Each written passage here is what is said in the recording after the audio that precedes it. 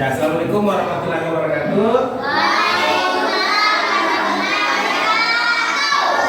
Alhamdulillah, hari ini kita akan belajar tentang mata pelajaran IPAS, yaitu sistem pernapasan manusia. Jadi sebelum kita masuk pelajaran, saya tanya dulu bagaimana kabarnya hari ini? Baik. Sehat semua? Sehat. Ada dua orang yang tidak hadir. Oke.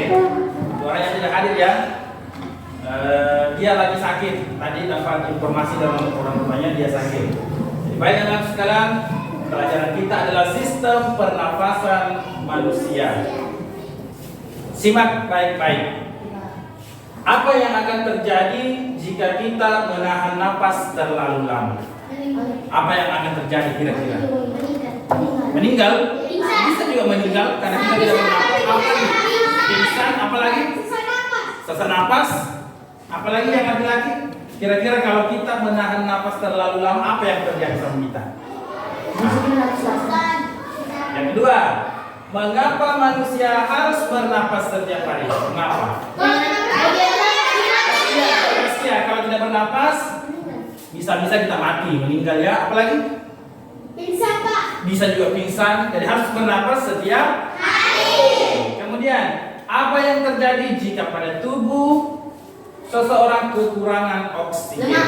Lemah. Apalagi? Lelah, apalagi? Lanjut. Bagaimana cara tubuh melindungi paru-paru dari debu atau kotoran saat kita bernapas? Pakai masker. Kalau tidak pakai masker, misalkan ini kita tidak menggunakan masker di lingkungan kita itu banyak debu. Kira-kira bagaimana caranya itu paru-paru melindungi dari debu yang berterbangan? Kira-kira bagaimana? Jangan pakai masker. Masa paru-paru mau pakai masker? Pakai baju. Masa paru-paru mau dipakai baju? Bagaimana caranya kira-kira? Untuk mengetahui ini, simak pelajaran ini ya. Baik, tujuan pembelajaran yang pertama, dekomposisi, yaitu siswa mampu menguraikan organ pernapasan manusia. Dalam hal ini hidung, tenggorokan, trakea, bronkus, paru-paru beserta fungsinya. Kemudian yang kedua, pengenalan pola, yaitu siswa mampu menemukan pola hubungan kerja antar organ dalam proses pernapasan. Yang ketiga, abstraksi. Siswa dapat menyederhanakan proses pernapasan menjadi alur utama masuk dan keluarnya udara. Kemudian yang ketiga, algoritma, yaitu siswa mampu menyusun langkah-langkah jalannya udara dari luar tubuh hingga masuk ke paru-paru. Jadi ini nanti kita akan disuruh untuk membuat langkah-langkahnya itu udara, bagaimana caranya udara itu bisa masuk sampai ke paru-paru. Kira-kira bagaimana caranya? Melalui apa dulu? Melalui hidung, pasti lewat hidung. Kalau dia melalui mulut, bisa enggak? Bisa atau tidak? Bisa, tetap bisa, tapi kita harus menggunakan hidung. Itu ya.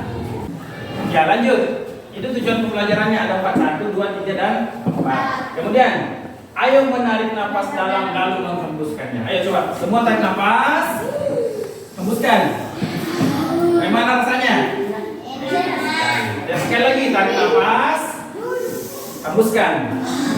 Nah, menurut kalian udara yang kita hirup melewati bagian tubuh mana saja? Kira-kira? Hidung, apa lagi? Mulut boleh, apa lagi? Hidung saja. Terus dari hidung masuk ke mana? Paru-paru paling terakhir. Masih ada di sini hidung. Sampai ke paru-paru terakhir. Untuk itu perhatikan pelajaran ini. Ya. Kemudian motivasi tentang pentingnya mengenal organ pernapasan. Makanya itu kita harus mengenal organ pernapasan yang ada di tubuh kita. Makanya bilang dari hidung langsung ke paru-paru. Dari hidung langsung ke paru-paru itu ada prosesnya. Hidung sini sampai ke paru-paru. Ayo kita perhatikan ini. Simak baik-baik video ini ya.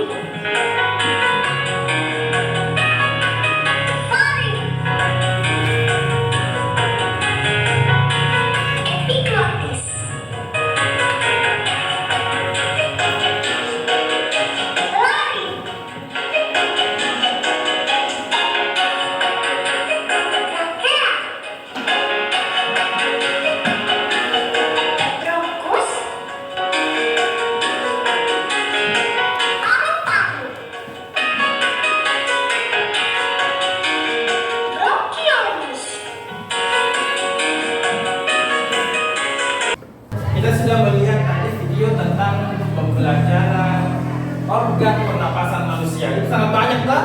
Banyak sekali tadi itu. Kita tadi cuma menyebutkan hidung, paru-paru. Ternyata banyak sekali mulai dari hidung sampai ke paru-paru. Nah, dari video tadi ada yang bisa menyebutkan kira-kira apa-apa saja organ pernapasan manusia? Laring, apalagi? Hidung. Mulai dari hidung, apalagi? Mulut. Mulut boleh apa? Paru-paru. Paring, kemudian apa lagi? Paru-paru. Terakhir paru-paru. Bronkus. Bronkus, apa lagi? Trakea. Trakea ada apa lagi?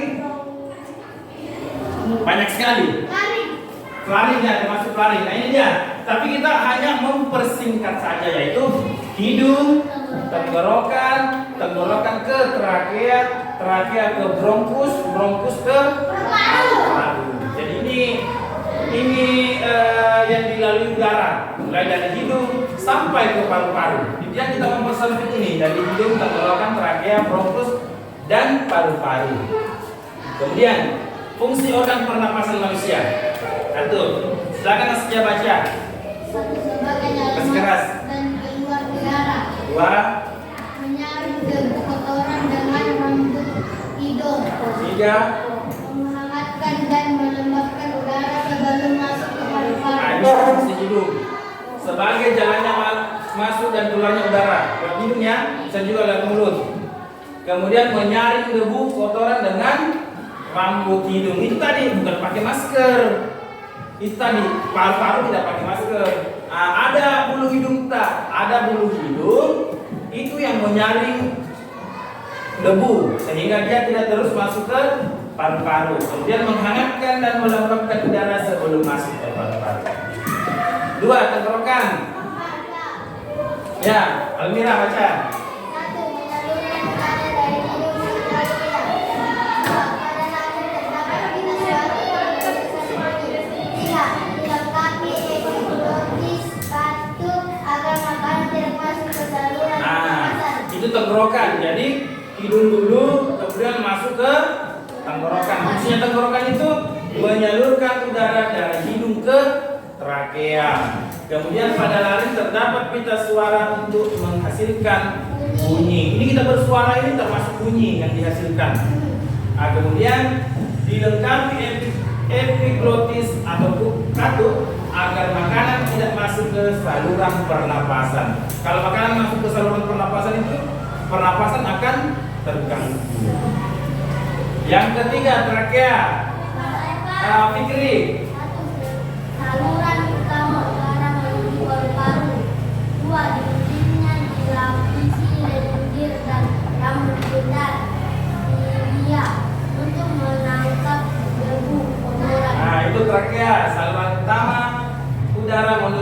paru-paru, dindingnya dilapisi lendir dan rambut getar silia untuk menangkap debu dan kotoran. 4. Bronkus, Asisa.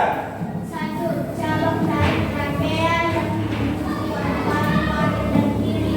2. Menyalurkan udara ke dalam paru-paru. Ya, cabang dari trakea yang menuju ke paru-paru kanan dan kiri. Jadi bercabang ya, ada paru-paru kanan, ada paru-paru kiri. Itu namanya di bronkus itu. Kemudian menyalurkan udara ke dalam paru-paru. Yang terakhir paru-paru. Ya, Misha, keras. 1. Organ utama pernapasan. 2. Di dalamnya terdapat bronkiolus dan alveolus. Dan kantung udara. 3. Tempat pertukaran gas oksigen O2 masuk ke darah organ Karbon dioksida, CO2 dikeluarkan dari darah. ini di paru-paru, organ utama pernapasan. Di dalamnya terdapat bronkiolus dan alveolus atau kantung udara. Ada kantungnya di paru-paru, itu tempatnya udara.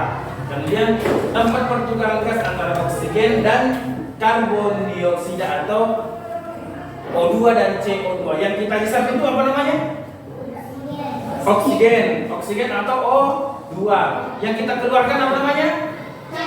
Karbon dioksida atau CO2. Oke. Siapa yang tahu pola kerja organ pernapasan manusia? Ada berapa pola kerjanya?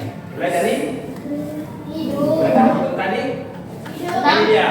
Udara selalu masuk lewat hidung. Kemudian ke paru-paru, keluar. Itu dia polanya itu polanya masuk ke hidung, diteruskan ke paru-paru, paru-paru keluar lagi melalui proses yang panjang tadi. Ada di bronkus, ada di faring. Nah, tapi kan polanya ini mulai dari hidung dulu. Sudah hidung masuk ke paru-paru, paru-paru keluar lagi lewat hidung juga, bisa lewat mulut. Nah, kemudian menemukan pola kerja sama organ pernapasan. Nah, ini hidung itu tempat udara masuk, menyaring debu, melembabkan dan menghangatkan udara. Kemudian tenggorokan meneruskan udara ke trakea dan melindungi agar makanan tidak masuk ke saluran pernapasan. Yang ketiga, trakea menyalurkan udara ke bronkus serta menyaring kotoran dengan lendir dan rambut getar. Yang keempat, bronkus membagi udara ke paru-paru kanan dan kiri. Yang kelima, bronkiolus dan alveolus di sini di dalam paru-paru. Tempat pertukaran gas O2 diserap, CO2 dikeluarkan. Nah, kemudian dinding dada dan diafragma membantu mengatur proses masuk keluarnya udara, inspirasi dan ekspirasi. Jadi pola kerja sama organ pernapasan adalah saling mendukung. Saling mendukung ya. Organ penyaring hidung, trakea. Organ penyalur tenggorokan, bronkus. Organ utama paru-paru. Organ pembantu diafragma, otot antar tulang rusuk. Tanpa kerjasama semua organ ini tidak bisa bernapas dengan baik. Kalau misalkan ini salah satunya rusak atau sakit, bisa bernapas dengan baik tidak? Tidak ya. Biasanya orang ada sesak, ada batu-batu. Itu ya, kalau salah satunya ini ada yang bermasalah. Nah, ini jika salah satu terganggu, pernapasan akan terhambat. Pernah lihat orang sesak napas? Pernah ya? Ya. Kemudian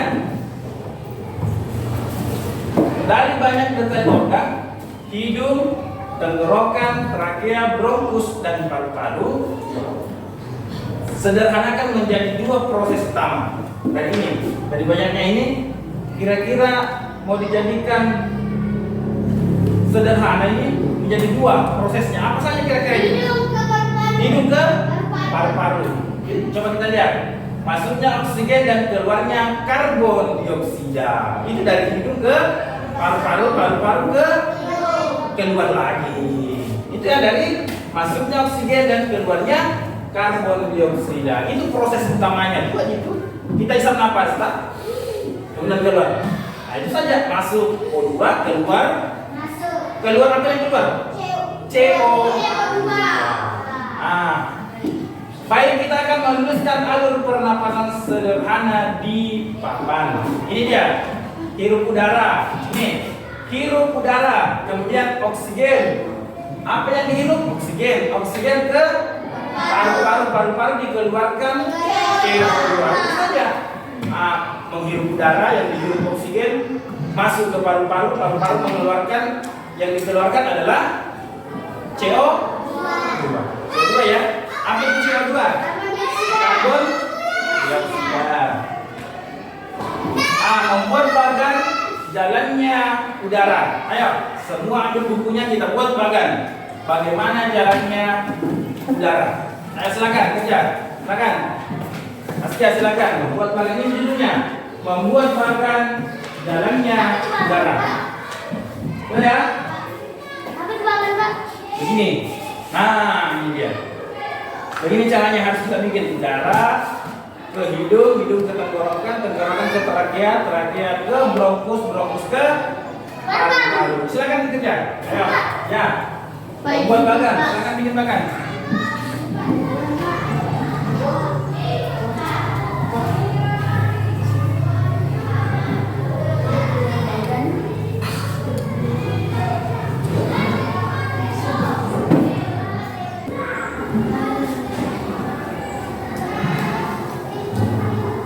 Iya, Pak.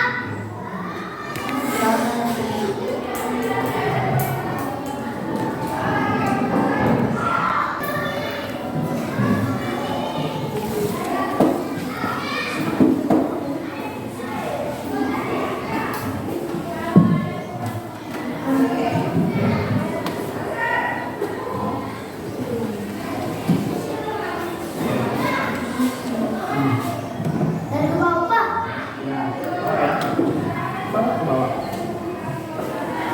Mas, sudah selesai, Pak. Sudah. Ya, apa yang belum selesai? Saya, Pak. Sudah ya? Pak, begini. Ya. Ya, bagan. Gambar bagan atau flow chart. Ya. Ya. Oke. Sudah ya? Oke, sudah ya? Kita sudah menggambar bagan atau flowchart jalannya udara, mulai dari oksigen yang dihirup melalui hidung, kemudian tenggorokan masuk ke trakea, masuk ke bronkus, kemudian terakhir masuk di paru-paru dikeluarkan. Apa yang dikeluarkan? CO2, karbon dioksida.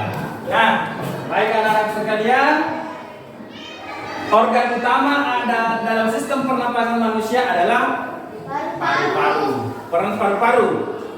Peran paru-paru itu satu, sebagai tempat utama pertukaran gas oksigen atau O2 dari udara masuk ke darah, dan karbon dioksida CO2 dari darah dikeluarkan ke darah. Kemudian dua, membantu menjaga keseimbangan asam basa tubuh melalui pengaturan kadar CO2. Tiga, bekerja sama dengan diafragma dan otot pernapasan untuk proses inspirasi menghirup udara dan ekspresi menghembuskan udara. Kemudian, selanjutnya, paru-paru merupakan organ utama pernapasan yang berfungsi menukar oksigen dan karbon dioksida agar tubuh mendapatkan energi dan menjaga kelangsungan hidup.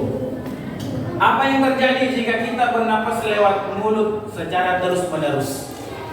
Apa yang terjadi kalau ini ditutup, mulut tidak dipakai bernapas? Pernah flu? Pernah tidak bisa bernapas ya? Nah, kenapa kira-kira kalau setiap hari kita bernapas pakai mulut? Bagaimana kira-kira? Apa yang akan terjadi? Ini, satu, udara tidak tersaring dengan baik karena mulut tidak punya rambut, hidung dan lendir yang bisa menyaring debu. Itu kan? Hidung kan ada rambutnya. Jadi kalau udara yang masuk ada debu, itu disaring. Kalau mulut langsung masuk saja.